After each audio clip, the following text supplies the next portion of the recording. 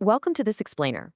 Today, we're decoding the hidden psychology behind those intriguing individuals whose faces, well, never seem to give anything away. You know exactly the type I'm talking about. Perfectly calm, completely stoic, and seemingly impossible to figure out, no matter how hard you try. It really begs the question, have you ever met someone who just feels like a total mystery? I bet you have.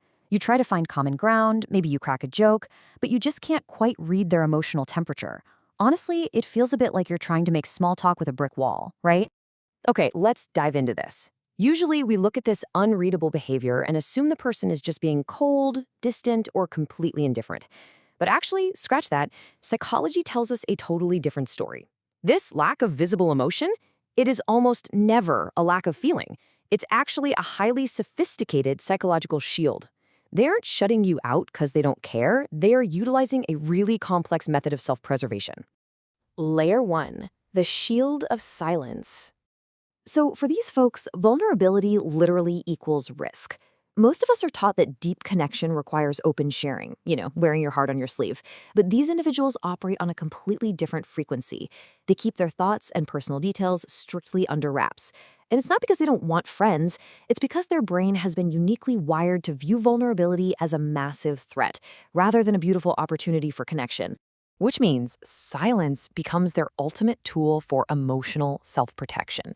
Think about it. If someone grew up in an environment where expressing their pain just wasn't safe, their brain adapts. What might look to us like a blank face of indifference is in reality active protection.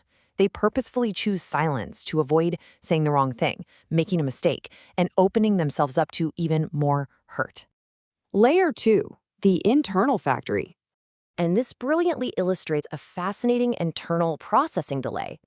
See, when an intense emotion hits, they don't just react outward immediately. Instead, they retreat inward to reflect and analyze. They literally need significant time to process the sheer volume of what they're feeling before they can formulate a safe response. That's exactly why they might suddenly appear, well, completely stuck mid-conversation. They aren't trying to withhold on purpose. They're just making sense of their internal world before dealing with the external one. Now, this ties perfectly into a core psychological concept called high self-monitoring. Basically, this is a fascinating trait where a person constantly evaluates their own words, their tone, their facial expressions, long before they ever let them out into the world. Because they are so hyper-aware of how they come across, you rarely get a spontaneous burst of emotion from them. Instead, you get a highly curated response. Now, what's really interesting about this slide is how their mental energy is deeply divided. An enormous chunk of their bandwidth goes toward evaluating their words internally. They are incredibly observant, constantly noticing tiny emotional shifts in the room, which, you guessed it, makes them even more cautious. So that leaves only a tiny sliver of energy for spontaneous reactions. The curation process essentially eats up almost all the room in their mental space. Layer 3, the core driver. It's fine. We hear this phrase all the time, right? But for someone who is hard to read, there is a devastating weight behind those two little words. It's rooted in a deeply hidden driver, the terrifying fear that they might be entirely replaceable.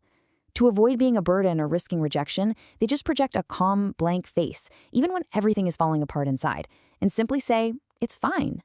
This entire strategy is ultimately about becoming easy to keep.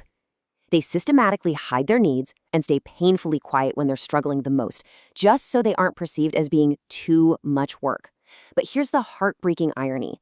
By attempting this low-maintenance safety, they end up completely overlooked or deeply misunderstood by the exact people who care about them the most.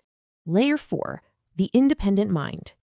So the crucial point is the sharp contrast here between internal standards and external expectations. While a lot of us rely heavily on external validation to feel like we're doing things right, people who are hard to read are guided almost entirely by their own internal compass. They simply do not feel the need to perform their emotions just to satisfy an external audience. Which leads us to this foundational idea. They have a profound comfort in solitude. Because they value their independence so highly, they completely reject the standard social pressure to be readable. I mean, think about it. So much of our daily emotional expression is really just a performance designed to make other people feel comfortable. These individuals, they just opt out of that performance. They are wholly secure in their internal world, whether you can read it on their face or not. Let's move to and see how this builds into the reveal, the person behind the mask. I want to leave you with this final provocative thought. Are they hiding from you or simply protecting their internal world? If you or someone you know is hard to read, remember it is rarely about a lack of feeling. It's about a complex mind intensely valuing its internal world and working incredibly hard to protect it. Once you understand this behavior as a brilliant shield, you start seeing the true person behind the mask. And trust me, once you see it, you will absolutely never be able to unsee it. Thanks for joining me for this explainer. Keep learning and keep looking deeper.